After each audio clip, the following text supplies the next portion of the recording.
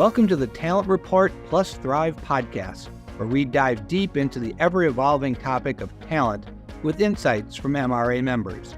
I'm your host, Jim Morgan, Vice President of Workforce Strategies at MRA, and I'm thrilled to guide you through these conversations with our MRA members who are industry experts, thought leaders, and passionate professionals at the forefront of talent development. Good afternoon and welcome to 2025. I'm Jim Morgan, Vice President of Workforce Development here at MRA, and it's a pleasure to have all of you with us. Cold here. I don't know what you've got everywhere else, and we were just talking with Ben Eubanks backstage, who's our guest, and he's sitting in Alabama, and they're waiting for snow, so it's everywhere. So I guess we just enjoy it, and I said I would actually take the snow over just the dead brown grass, which is what we sort of have here in Wisconsin right now. So with that, let me introduce Ben. I had the pleasure of meeting Ben about a year and a half ago. Since that time, I've had the chance to present with him. He's one of the smartest guys I know, and I think it's because he's consistently doing the research, he's consistently writing, and I don't want to give you a big head or anything, Ben, but every time I hear you talk, there's something new that's going on. And what's really impressive to me is he's never sort of settling on, well, I did really well last year. I learned all these things. I can just live off this for a while. He's kind of always looking for that next thing. And so in addition to being the Chief Research Officer at Lighthouse Research and Advisory, he's also the author of 2 books here. He's a podcaster and he's a regular speaker. And so Ben, welcome. It's great to have you with us. Appreciate all you've done for MRA and glad to have you here. I'm glad to be here, Jim. I'm going to take you with me everywhere I go to let you do my intros because I feel better about myself just hearing you talk about it. It's incredible. Well, I'm here for your self-esteem, so that's why they brought me in. Don't worry. My teenagers will make sure that I maintain a healthy sense of humility. It's going to happen. I figured you were humble in your own household, so somebody had to help you out a little bit. Well, thanks for being here. I guess maybe before I get to my first question, I was going to ask you, we just had a couple questions about, your study that I just shared with folks. Why don't you just give us a couple-minute overview on what that one was about and who you surveyed and where it came from? Absolutely. So we do research. It's so fun for me because I started out my career as an HR leader. Now I get to do research that helps inform and influence the work that all of you do every day, which is a joy to me. So the research we do covers talent acquisition sometimes it's payroll and things like that. And in this case, it's a report on learning and talent mobility and helping people move and grow in the business. And so the audience for that, we surveyed 2 audiences actually. One audience of workers, 1,000 workers around the globe, around their priorities, their needs, their challenges when it comes to growing their skills, those kind of things. And so that data point that you shared there, Jim, was actually from the employer side. So we surveyed, I think, 1,100 employers around the world on their priorities, companies of all sizes, different industries, a really good cross-section. So we can say, so no one can say, well, it didn't survey someone in construction, so it doesn't really apply to us. Oh, yes, it does. Now, sometimes you get some interesting nuances when you get into whatever industry you might be in or company size or some things that can change that a little bit.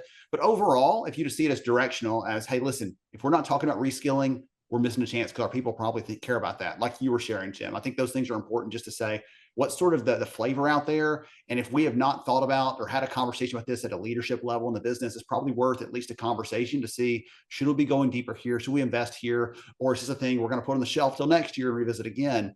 But just trying to find a way not to make it connect to your company is probably not a way I would go. I would look for a way to connect that in and really lean on some of those things because the data are telling. And we're seeing in there, for example, I won't share too much here, but one of the things that you'll see in that report, if you dive into it, is that when we ask the workforce, hey, is your company really preparing you for what's next? They're growing your skills. Like it's less than 20% of them say yes, which can be a scary place to be. Think about those employees. We want to engage them and get their best work. And yet they don't feel like we're helping them grow for what's next. And I don't know about you, Jim, but when I've worked for companies like that in the past, I'm like, okay, it's about time. What's next for me out there? Well, thanks for that, and thanks for letting us share your information too. It's I know people have really enjoyed that. Sorry. So let me just start off with what's sort of your big thing that you're focusing on for next year as you're sort of getting ready to speak, getting ready to write, getting ready to podcast. What's on the horizon there? Your big theme for 2025? I think the biggest thing for me is really talking about and looking at and trying to discern how we can move from reactive to proactive practices in HR. That's one of the things that I struggled with when I was an HR leader years ago. You get caught, putting out fires. And the thing I've always said, if you're only spending your time putting out fires, you're never going to be able to do a fire prevention plan. So we've got to actually step back and be more proactive in what we're doing. We've got to think about what's next. Hey, listen, every time we do this, that happens. Maybe we should actually expect that to happen next time and plan for it and not be surprised by it again. And so we're looking at that through a bunch of different areas of HR, whether it's how you're hiring. You don't want that manager saying, hey, Jim, I need you to hire this person for me. I need them yesterday, actually. Like, no, what can we do to shortcut that and short circuit that so it's not happening anymore? What can we do to think about being more predictive, more predictable in some of the things we're doing? I know in our personal lives, it might be nice to have a little bit of spice and a little bit of variety. But when it comes to things like your hiring plans, your budgets, things like that, you don't want spice and variety. You want predictability, and your company wants that from you. Your leaders want that from you. And so that's one of the big areas I'm focusing on. I've got a new book coming out in March that's going to be around payroll. And that's a big concept and core piece of that is looking at the skills to develop in yourself to be more proactive as an HR practitioner. So I'm really excited about that this year and helping more of all of our friends out there, all of you listening in, to be a little more proactive than you were in 2024. That's going to be my big hope, my goal for the year. So in your work and in your past HR time, so I know there's 150 people saying, yeah, well, I'm a 1-person, 2-person, 3-person HR shop. When exactly do you expect me to stop and be this great, take this perspective and do the other things? Have you learned any tricks of the trade or heard from folks that say, look, I understand you got 80 hours of work to do, but I'm going to carve out 5 over here every week or 3 or something that allows me to say, how can I be more proactive and reactive than reactive? Yes. Any tips of the trade here that you've come up with? Yes. The answer is cloning. No, really. The answer to that is I have been there. I have been in a department of one. I have felt all of those stresses, and you got to take the hat off. You're putting that requisition out so you can go and investigate this person who did something foolish on the job. So you can go and then figure out that benefits reconciliation. Like, I've been there and done those things. So I know exactly, if you're one of those people, how that feels, that stress of every time I'm doing something, there's 3 things I'm not doing. That's really hard. At the same time, some of the things that happen in our work are caused by stuff that we probably could have foreseen if we'd taken a moment, taken a breath, and looked at this historical trend of what's happening around us. Always no. But if you think of some of the big things that popped up around you in the last few weeks, how many then would you have said, if I put you to the test, you would have said, yeah, I knew something was kind of weird when that started. I knew something was going to happen, right? I just didn't know when. It was a matter of time. And so often you have this level of expertise, this level of insight, and we ignore that because we're busy. Or we put that to the side, like, I'll get to that at some point. And you don't get to it until it's a raging inferno, when you could have just snuffed it out when it was this big of a fire, if we're going to go with that analogy. And so I spoke recently with a friend who's up in the Wisconsin area, actually, and he was telling me that his big theme for his focus as an HR leader, he's like, I'm not going to be just a fire extinguisher anymore. And so when I heard that, I was like, this is so great. This fits well into what I'm talking about, because he said, I spent so much of my career just doing that, and it's not rewarding, it's not fulfilling, it's not enjoyable. You're just like, I feel less bad than I did before. You're not excited about that. It's just like, woo, crisis averted. It's not, look at that impact I had on that person. It's not those things that really drew us into HR in the first place, where we have an impact on people in a positive way. We walk away like, that was a good day. Whatever else happened, that was a good day because that person's life has changed because of the influence and impact that I had. Yeah. That's what I'm trying to get us to. Can you always do that? No. But there are times where we see that. And I want to encourage you, next time you have that little bit of a weird feeling in your chest, because you know that something's fishy there or something kind of weird is going on, don't ignore that. Step into that, because that's your gut telling you, as a good HR pro, don't let this life that's going to become something else later on. And by the time it becomes something you got to deal with, it's going to be something unpleasant. Yeah. I don't know if I should give you credit for this one or not, if you're the one who said it, but we were having someone that was speaking to us, and their analogy was meeting to plan rather than planning to meet. And the whole point of it was just around, the meeting that we're having should be helping us figure something else out, and not, well, let's just meet for an hour and, figure it out. And so what goes on your calendar actually becomes, these are the things I want to do versus these are the things that I just got invited to, and now I have to go. Yes. Well, there's even a mindset in there. Like the work that we do in HR, there are people. I was at an event. Actually, saw you there, Jim. I was at an event last fall and was in the elevator going down to the area to speak. And this guy saw a name tag, said, "Hey, you going to a conference?" I said, "Yeah." "What kind of conference?" "Oh, I'm going to speak at an HR conference." And he had this look like he smelled something bad, like, ugh. And there are people out there, when you tell them you work in HR, they're like, ugh. And like, no, I don't have to. I get to. This is something I get to do because I get to have this impact on people. That is so powerful. And to your point there, Jim, on the meeting thing, the way that I've heard it put is, instead of having the postmortem after it's all said and done, like, why did this go wrong and what failed? Let's have a pre-mortem.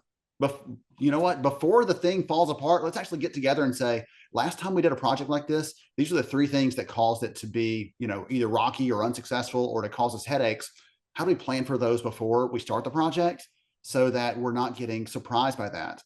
One of my good friends is a program manager, and he talks every day about risk management until he's blue in the face. It makes me a little bit nauseous being around him because he talks about risk all the time, but his job is to see that.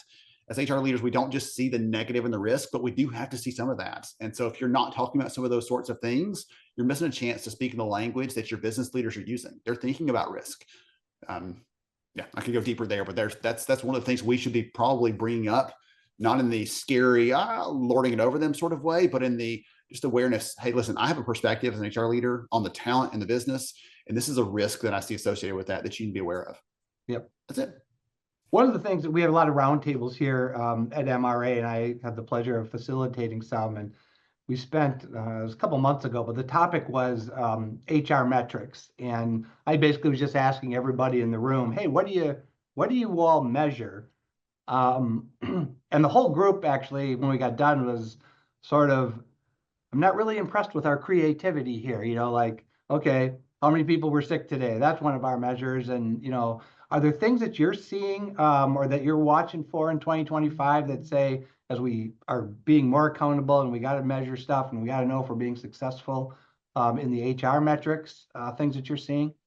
Yes. So there's a couple things. Now, I'm going to give you a couple of numbers and metrics that we're watching closely that are not going to shock you and surprise you.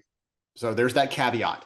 But I'll also give you another layer on those that if you're like, oh, we're already measuring that, I'll give you another layer to think about that sort of relates to that you might not be measuring, to give you an idea to how to go deeper if you want to be more mature there. So the first one we're looking at is employee engagement, really understanding the numbers there, the metrics, the data that we're seeing in the market says that engagement numbers have now returned to pre-pandemic levels. In our research, we saw this period of time after the pandemic happened where, let's say, Jim, you're my manager and you're really trying, you're just too busy to spend time with me. If I am your employee, I still gave you grace. I still gave you some leeway, and I still gave you the benefit of the doubt for a period of time. But that period of time has now gone away. So I now, as an employee, if Jim is really trying, he's just too busy, I rank that my likelihood to stay at that job the same as if Jim didn't even care about me at all. So that grace period is gone. So we've got to be measuring those things and looking at how to use that to really understand what our people need from us. And if you're measuring something like that already, one of the things we're seeing more employers lean into is the ENPS, Employee Net Promoter Score. And you just give them a score of 1 to 10. How likely are you to recommend our company to others? And you use that number. There's some calculation of that. So I can hit you with that if you want the details on it. I've got some stuff pulled together on that. But it essentially lets you ask one question, maybe around the end of a hiring process or around your open enrollment process or around other periods of time to say, at this key moment in this employee's life cycle, how do they feel? Are we doing a good job, bad job, neutral job? Number 2 on the list is turnover, really looking at that.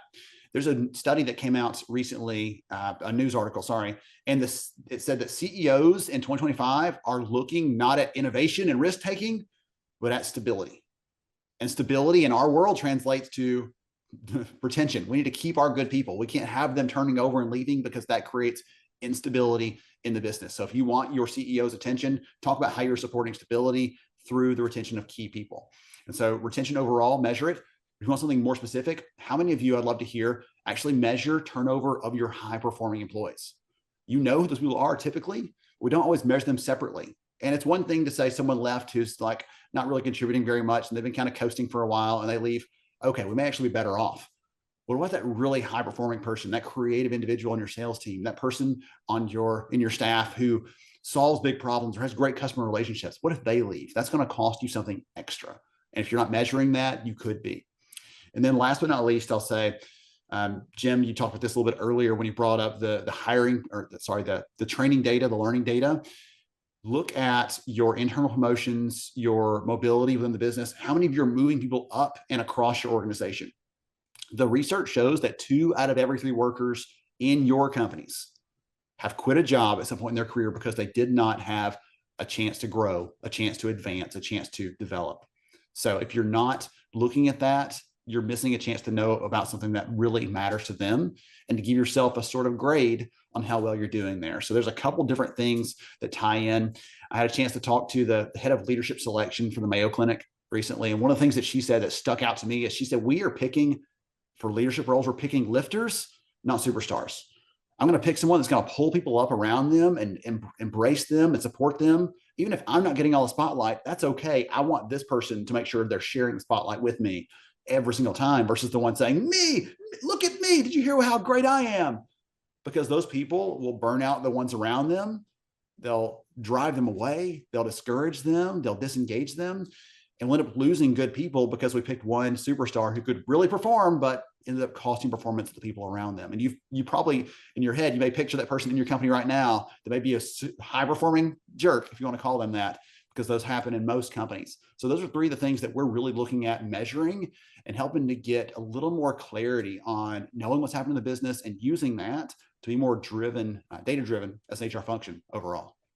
I'm curious about your net promoter score. We're hearing more and more companies trying to do pulse surveys, just trying to do those snapshots. Where are we at right now?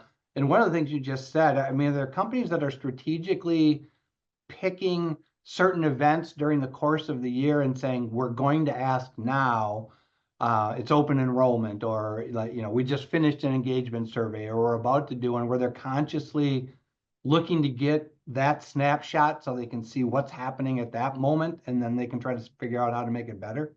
Yes. So the disadvantage of doing an ENPS question is you don't have a lot of data behind it. There's not like qualitative stuff, but you get an immediate score from one answer. So it's really easy. It's always a trade-off with data. I can ask you an in-depth question with a survey with 50 questions, but we're not going to get many people to complete that. Or I can ask you one question and get high completions, but not as much data behind it. So maybe you ask a second question, like, tell me more, right? Give me a score and then tell me more. That's a way to kind of get around that, get a hybrid there. But how many of you, we said this earlier, Jim, so many leaders are in this audience here are departments of one, or you have a small team, you have that one assistant. So you're no longer a department of one, but it's still pretty much, for all intents and purposes, on your shoulders. If that's you, you don't have the extra time to create a survey for onboarding or for offboarding or for all these other points where you're touching employees and helping them out. But what if you had one question you could ask at the end of that, at the end of the hiring process, I said, at the end of an interview, even? You don't get selected, Jim, but you still get a question saying, hey, would you talk nicely about us? How would you recommend us? Would you still refer others people to our business, even though you didn't get the job?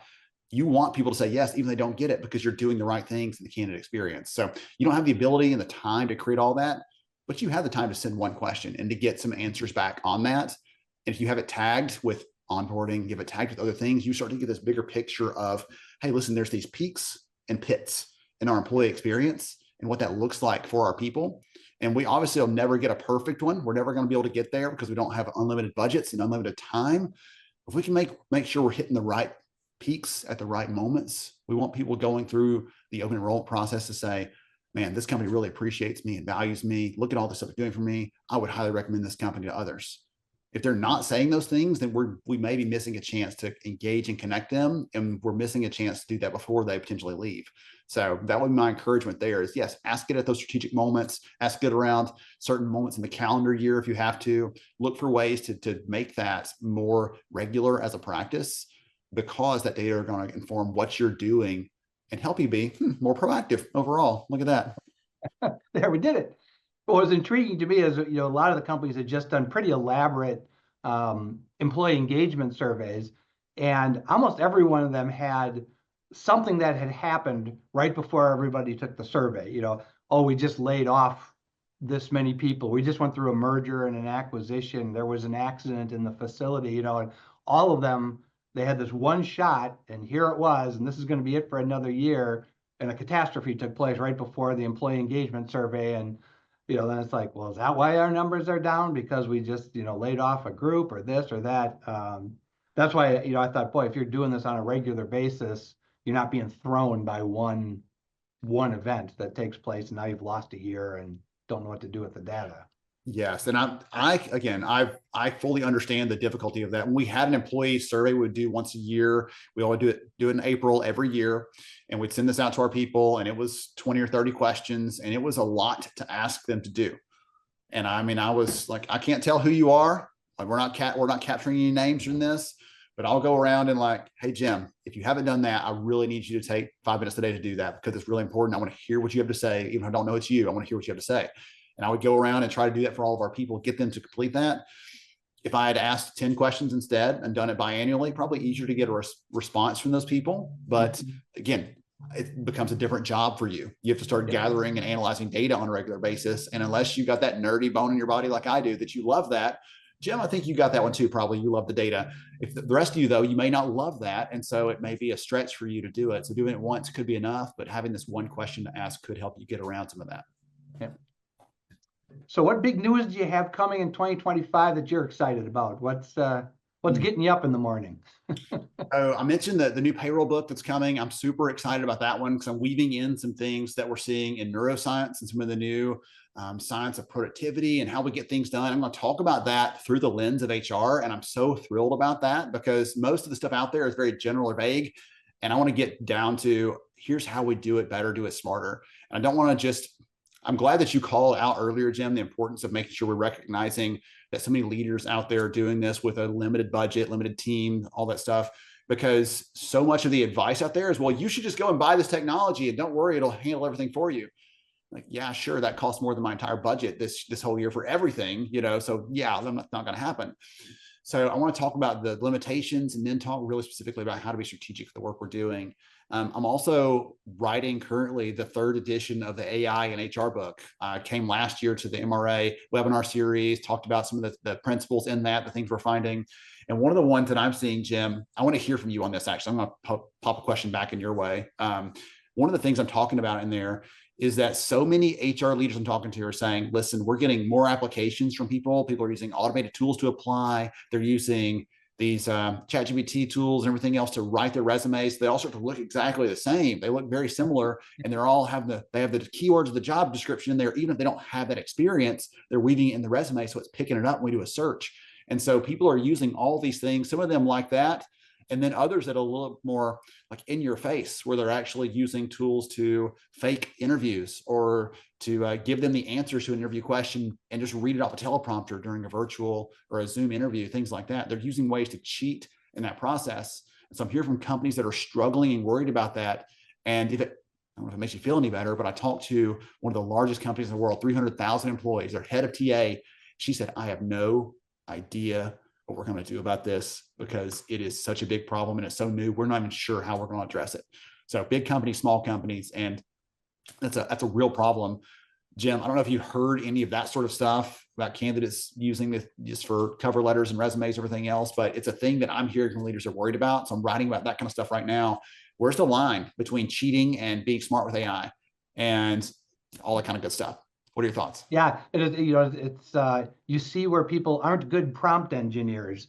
Because to your point, someone walked in with 3 identical cover letters because they basically must have asked the exact same question of ChatGPT or whatever they were using, and they probably, my guess is, took the job description or the first paragraph of it, put it in, and said, "Write me my cover letter with this as the job." Yes. It almost becomes the new type of plagiarism, like, at least change your name if you're going to go and cheat, this badly. But one of the things that came up during that AI webinar that I found interesting is, we talk about all the bias and worrying about the bias in AI and other types of things. But in the interviewing process, someone said, if you can be recording these video conferences or video interviews, you can record 50 of them in the time that it would take the humans to do, 5 to get together and do the interviews. And so now at least you've got a video that says we've asked them questions and they've given us responses and we can react off of that and we can use some AI that, is there bias? There's probably bias in everything, but I know there's bias in me when I'm interviewing people that, oh, you went to the University of Wisconsin-Madison too. Oh, you like volleyball too. Oh, you've got kids too, or you've got grandkids too. And all of a sudden it's like, wow, Ben and I are the same guy. He'd probably be a lot of fun to work with. I think I'm going to hire him. I have that bias, anyway. And the point of this all was better to have 50 interviews where you actually got to hear people say things in their own words than have to try to narrow it down off of paper and pick 5. And I think that's what a lot of companies are doing now is they're just trying to figure out what are the ways that we can actually make the humans be human and make decisions from that. So to the bias thing, there's actually an experiment they did with TED Talk videos, and they took this group of students and they should show them 5 to 10 seconds of a TED Talk video, and they were already forming opinions of the speaker off that 5 or 10 seconds. You haven't really heard them say anything yet, just a few sentences, and they are already deciding if the person was competent or not, if they thought the person was trustworthy, just off that 5 to 10 seconds. Yeah. So yes, there's absolutely bias, especially in a 15, 20, 30-minute long interview, depending on how much time we're getting from a candidate. Even a few minutes is absolutely potentially biasing there. One of the things, though, that's interesting to me, that's telling, I'm seeing a lot of companies that have pushed in this swing towards like, what can we automate? How can we, use the AI, all that good stuff. I'm seeing a lot of pushback to, are we making sure we're considering the candidate experience and how this feels on the other end of the equation?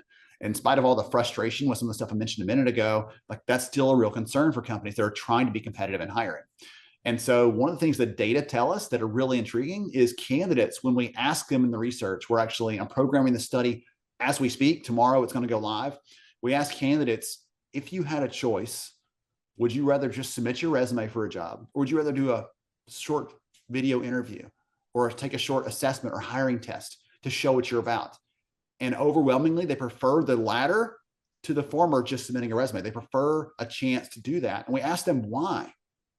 Why would you spend extra time, extra effort? What drives you to do that? A couple of things. Number one, it tells them more about the company and the job, what it's about, what it's like. It tells them if that's really the job for them beyond the job title.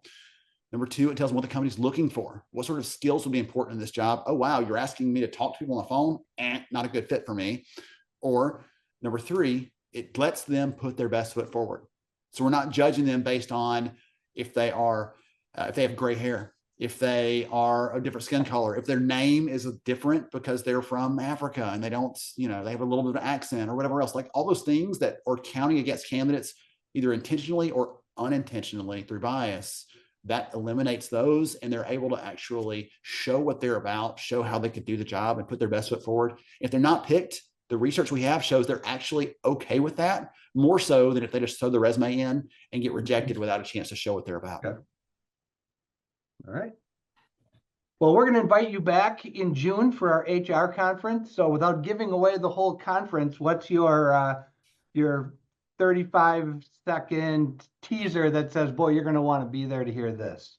Goodness. So I'll tell you, right now, there is no demand for HR professionals in the market. However, there is a very high demand for highly inspired, highly developed, passionate HR professionals in the market. And so companies are looking for their HR teams to step up in a way that's never been really seen before. There's a bright spotlight, but it can get hot under the spotlight. So at that session, we'll talk about some of the reasons for that. What's driving that demand? What's really driving the need for your company or for another company if you're looking for a job, another company that really is looking for a high quality HR professional and leader in that seat. And I'll tell you some of the things that we're seeing in the research that are going to help you to have better conversations with your leadership team, how to communicate about some of those priorities, how to tie in all the great things that we're doing tirelessly on the HR side with the things that the business needs so we can create some really incredible outcomes. I'll talk about stress and burnout and how it's happening, what we can do about it in the HR profession. So it's going to be an incredible session. I cannot wait. I'm super pumped, and it's going to be a ton of fun.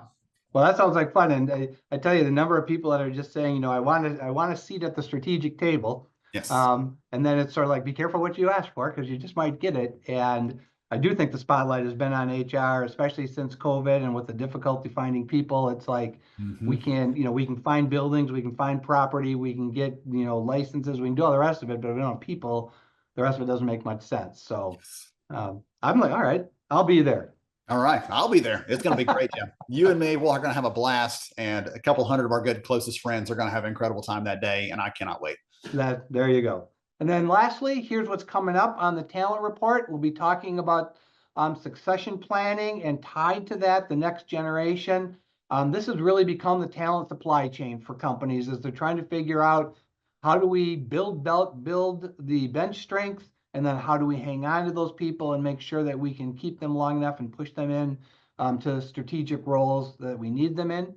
In March, artificial intelligence in HR. Ben touched on a few of the things. We'll be talking about some of the examples of how companies are using artificial intelligence, how it's making them more efficient in HR, and doing some of the tasks that really can be done better and quicker via AI. And then on April 9th, we'll invite in some of our speakers that are going to be at our HR conference to talk a little bit about their subject matter experts. You'll get to see some of the people that you'll see again in June. And so you can make that evaluation that says, yep, that's something that I want to be a part of. I think we're going to have a really good program in June, and we hope that you can join us for that. Thank you for joining us on this episode of the Talent Report Plus Thrive podcast. Stay connected for more exclusive insights directly from our MRA members. Check out the show notes for valuable resources on today's topics. If you have questions or want to learn more about MRA, find my contact information in the show notes or check out www.mranet.org.